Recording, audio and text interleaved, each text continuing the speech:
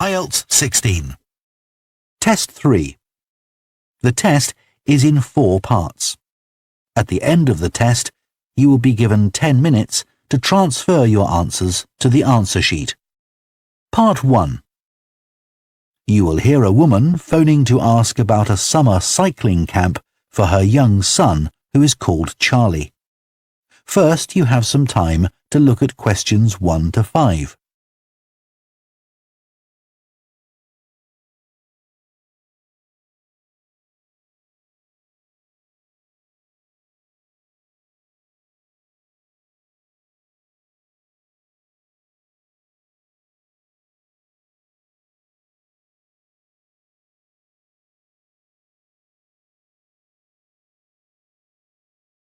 Now listen carefully and answer questions 1 to 5.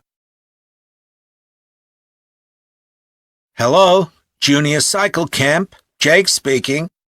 Hi, I'm calling for some information about the cycle camp. I'm thinking of sending my son. Great. Well, it's held every weekday morning over the summer vacation, and we focus on basic cycling skills and safety. We have 8 levels for children from 3 years upwards. How old's your son? Charlie? He's 7.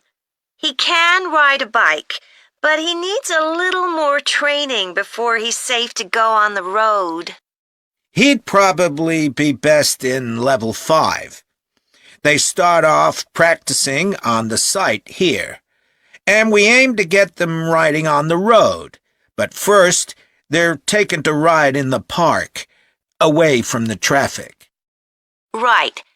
And can you tell me a bit about the instructors? Well, all our staff wear different colored shirts. So we have 3 supervisors, and they have red shirts. They support the instructors, and they also stand in for me if I'm not around. Then the instructors themselves are in blue shirts, and one of these is responsible for each class. Okay. In order to be accepted, all our instructors have to submit a reference from someone who's seen them work with children. Like if they've worked as a babysitter, for example. Then they have to complete our training course, including how to do lesson plans and generally care for the well-being of the kids in their class. They do a great job, I have to say. Right. And tell me a bit about the classes. What size will Charlie's class be? We have a limit of 8 children in each class, so their instructor really gets to know them well. They're out riding most of the time, but they have quiet times too, where their instructor might tell them a story that's got something to do with cycling, or get them to play a game together. It's a lot of fun. It must be. Now, what happens if there's rain? Do the classes still run? Oh, yes. We don't let that put us off. We just put on our waterproofs and keep cycling. Before you hear the rest of the conversation, you have some time to look at questions 6 to 10.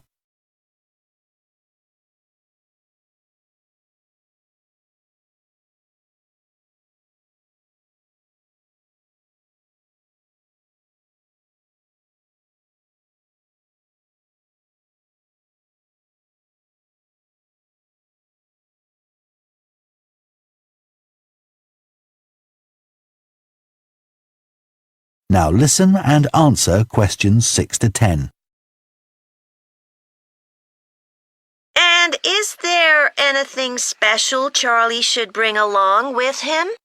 Well, maybe some spare clothes, especially if the weather's not so good. And a snack for break time? How about a drink? No, We'll provide that.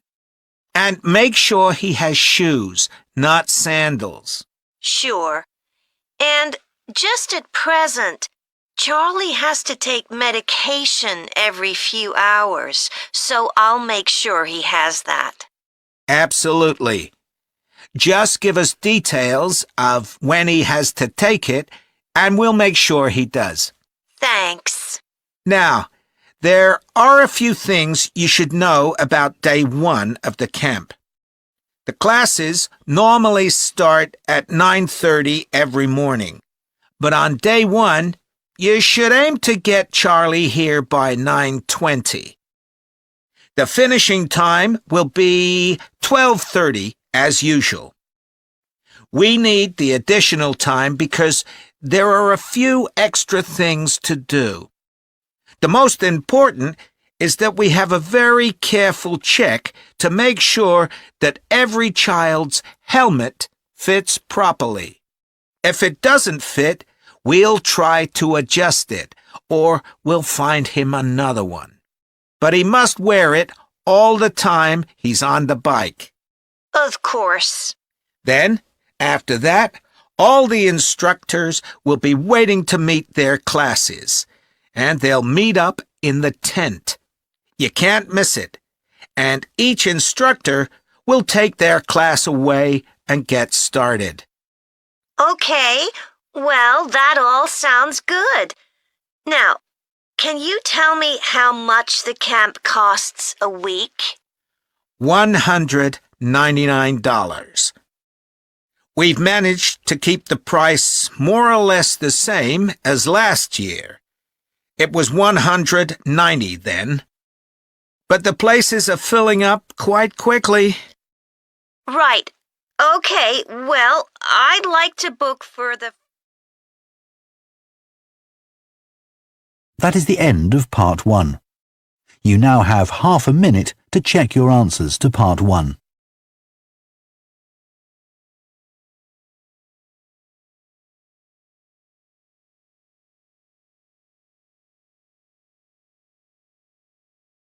Part 2. You will hear a recruitment officer called Megan Baker giving a talk at a jobs fair about opportunities for those interested in the food and agriculture sectors. First, you have some time to look at questions 11 to 14.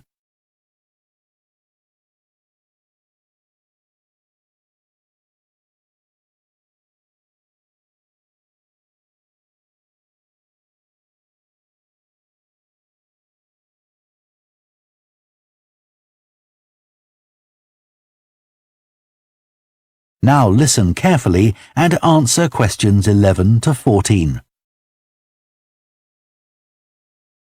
Hello everyone, my name's Megan Baker and I'm a recruitment consultant at AVT Recruitment Specialists. Now, our company specialises in positions that involve working in the agriculture and horticulture sectors, so that's fresh food production, garden and park maintenance and so on. And these sectors do provide some very special career opportunities. For a start, they often offer opportunities for those who don't want to be stuck with a 40-hour week, but need to juggle work with other responsibilities, such as childcare. And this is very important for many of our recruits. Some people like working in a rural setting, surrounded by plants and trees instead of buildings, although we can't guarantee that. But there are certainly health benefits, especially in jobs where you're not sitting all day looking at a screen, a big plus for many people. Salaries can sometimes be good too, although there's a lot of variety here. And you may have the opportunity in some types of jobs for travel overseas, although that obviously depends on the job, and not everyone is keen to do it. Of course, working outdoors does have its challenges. It's fine in summer, but can be extremely unpleasant when it's cold and windy. You may need to be pretty fit for some jobs, though with modern technology, that's not as important as it once was. And standards of health and safety are much higher now than they used to be, so there are fewer work-related accidents. But if you like a lively city environment surrounded by lots of people, these jobs are probably not for you. They're often in pretty remote areas. And some people worry about finding a suitable place to live, but in our experience, this usually turns out fine. Before you hear the rest of the talk, you have some time to look at questions 15 to 20.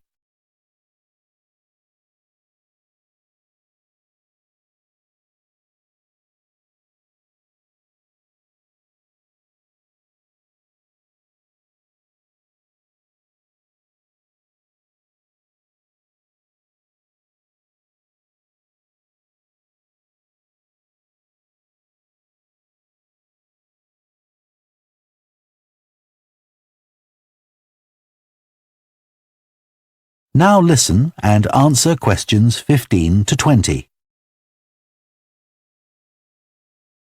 Now, let me tell you about some of the exciting jobs that we have on our books right now. One is for a fresh food commercial manager. Our client here is a very large fresh food producer, supplying a range of top supermarkets. They operate in a very fast-paced environment with low profit margins. The staff there work hard, but they play hard as well. So if you've a sociable personality, this may be for you. We have an exciting post as an agronomist, advising farmers on issues such as crop nutrition, protection against pests, and the latest legislation on farming and agricultural practices. There are good opportunities for the right person to quickly make their way up the career ladder, but a deep knowledge of the agricultural sector is expected of applicants. A leading supermarket is looking for a fresh produce buyer who is available for a 12-month maternity cover contract. You need to have experience in administration, planning and buying in the fresh produce industry, and in return will receive a very competitive salary. We have also received a request for a sales manager for a chain of garden centres. You will be visiting centres in the region to ensure their high levels of customer service are maintained. This post is only suitable for someone who is prepared to live in the region. There is also a vacancy for a tree technician to carry out tree cutting, forestry and conservation work. Candidates must have a clean driving licence and have training in safety procedures. A year's experience would be preferred, but the company might be prepared to consider someone who has just completed an appropriate training course. Finally, we have a position for a farm worker. This will involve a wide range of farm duties, including crop sowing and harvesting, machine maintenance, and animal care. Perks of the job include the possibility of renting a small cottage on the estate, and the chance to earn a competitive salary. A driving licence and tractor driving experience are essential. That is the end of Part 2. You now have half a minute to check your answers to Part 2.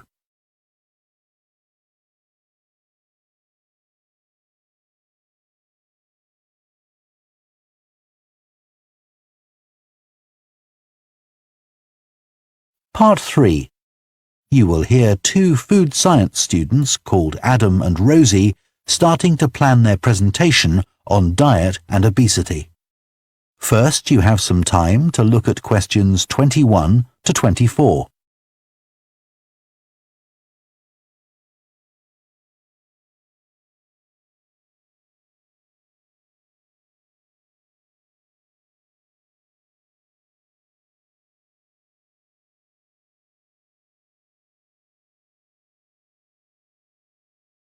Now listen carefully and answer questions 21 to 24.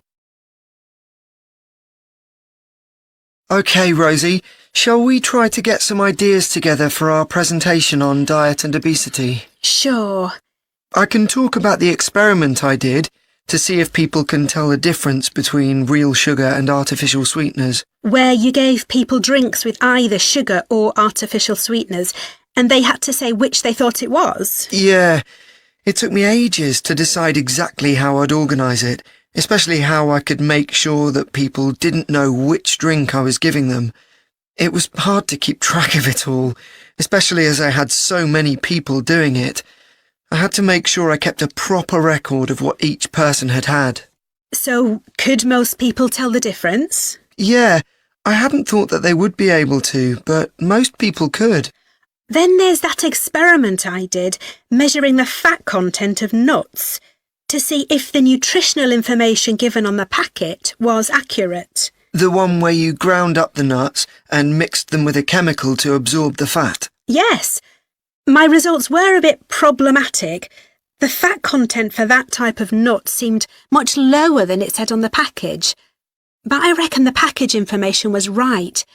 I think I should probably have ground up the nuts more than I did. It's possible that the scales for weighing the fat weren't accurate enough too. I'd really like to try the experiment again sometime. Before you hear the rest of the discussion, you have some time to look at questions 25 to 30.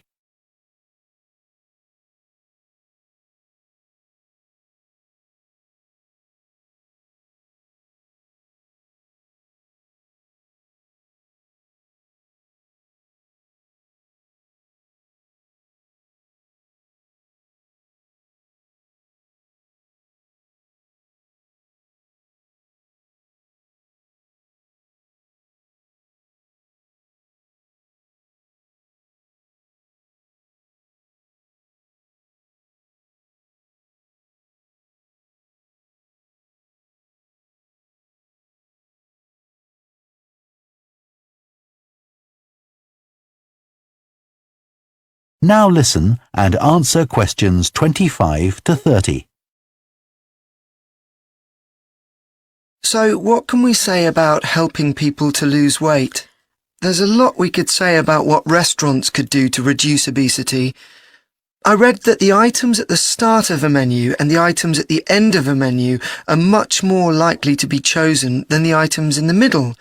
So, if you put the low-calorie items at the beginning and end of the menu, people will probably go for the food with fewer calories without even realising what they're doing.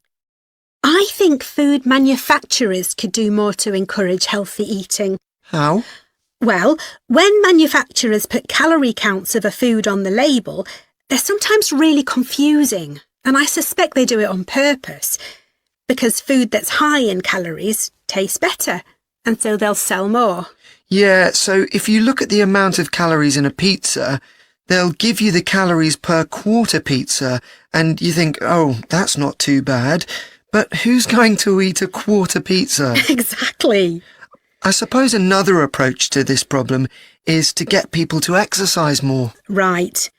In England, the current guidelines offer at least 30 minutes of brisk walking 5 days a week.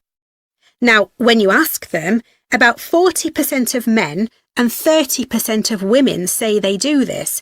But when you objectively measure the amount of walking they do with motion sensors, you find that only 6% of men and 4% of women do the recommended amount of exercise. So you can see why obesity is growing. So how can people be encouraged to take more exercise? Well, for example, think of the location of stairs in a train station. If people reach the stairs before they reach the escalator when they're leaving the station, they're more likely to take the stairs. And if you increase the width of the stairs, you'll get more people using them at the same time. It's an unconscious process and influenced by minor modifications in their environment. Right. And it might not be a big change, but if it happens every day, it all adds up. Yes, but actually, I'm not sure if we should be talking about exercise in our presentation. Well, we've done quite a bit of reading about it. I know, but it's going to mean we have a very wide focus, and our tutor did say that we need to focus on causes and solutions in terms of nutrition. Oh, I suppose so. And we've got plenty of information about that. OK, well, that will be simpler. So, what shall we do now? We've still got half an hour before our next lecture. Let's think about what we're going to include and what will go where. Then we can decide what slides we need. OK, fine. That is the end of Part 3. You now have half a minute to check your answers to Part 3.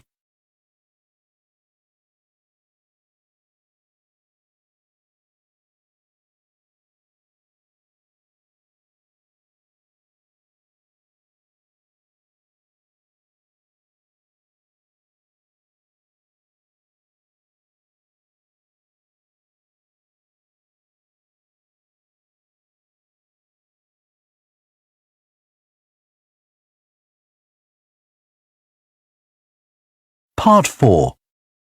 You will hear a lecturer on a fashion design course introducing the subject of hand knitting, which involves making things like woolen jumpers and scarves. First, you have some time to look at questions 31 to 40.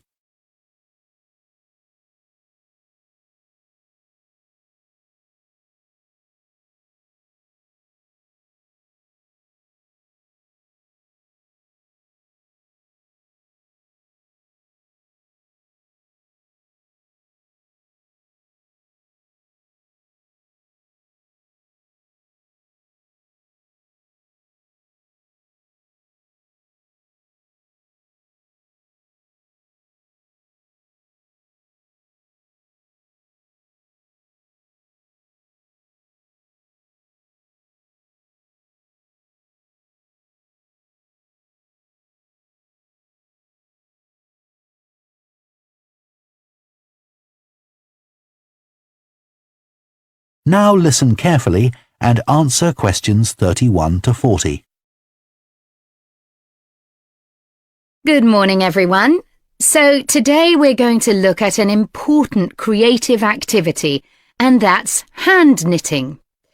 Ancient knitted garments have been found in many different countries, showing that knitting is a global activity with a long history. When someone says the word knitting, we might well picture an elderly person, a grandmother perhaps, sitting by the fire, knitting garments for themselves or other members of the family. It's a homely image, but one that may lead you to feel that knitting is an activity of the past.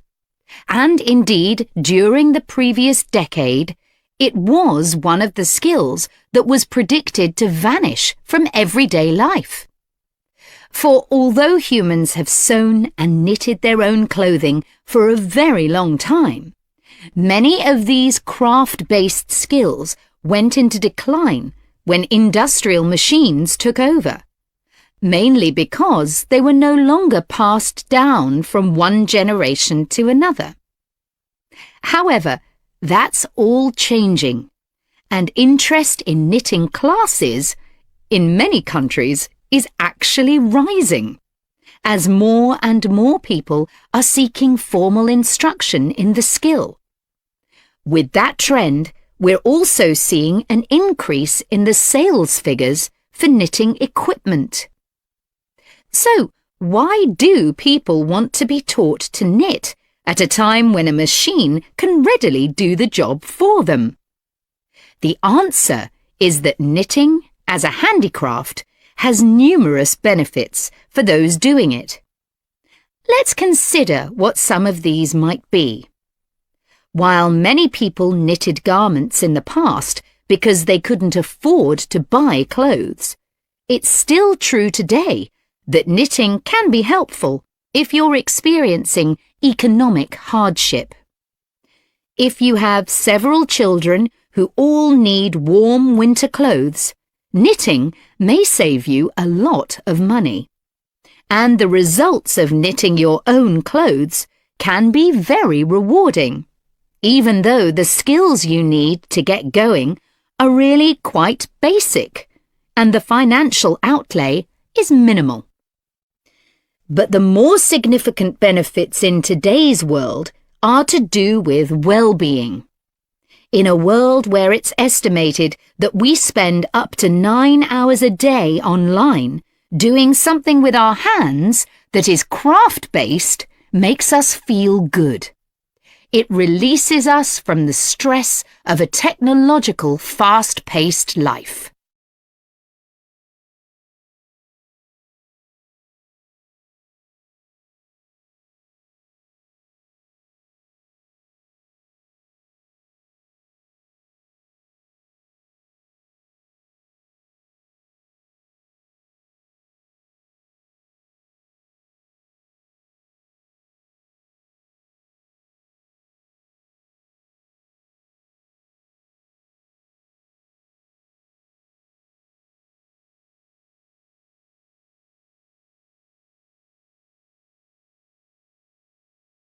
Now, let's look back a bit to early knitting activities. In fact, no one really knows when knitting first began, but archaeological remains have disclosed plenty of information for us to think about. One of the interesting things about knitting is that the earliest pieces of clothing that have been found suggest that most of the items produced were round rather than flat. Discoveries from the 3rd and 4th centuries in Egypt show that things like socks and gloves that were needed to keep hands and feet warm were knitted in one piece using 4 or 5 needles. That's very different from most knitting patterns today, which only require 2. What's more, the very first needles people used were hand-carved out of wood and other natural materials, like bone, whereas today's needles are largely made of steel or plastic and make that characteristic clicking sound when someone's using them. Ancient people knitted using yarns made from linen, hemp, cotton and wool, and these were often very rough on the skin. The spinning wheel, which allowed people to make finer yarns and produce much greater quantities of them, led to the dominance of wool in the knitting industry, often favoured for its warmth. Another interesting fact about knitting is that because it was practised in so many parts of the world, for so many purposes, regional differences in style developed. This visual identity has allowed researchers to match bits of knitted clothing that have been unearthed over time to the region from which the wearer came, or the job that he or she did. As I've mentioned, knitting offered people from poor communities a way of making extra money while doing other tasks. For many centuries, it seems, men, women and children took every opportunity to knit, for example, while watching over sheep, walking to market, or riding in boats. So, let's move on to take... That is the end of Part 4. You now have 1 minute to check your answers to Part 4.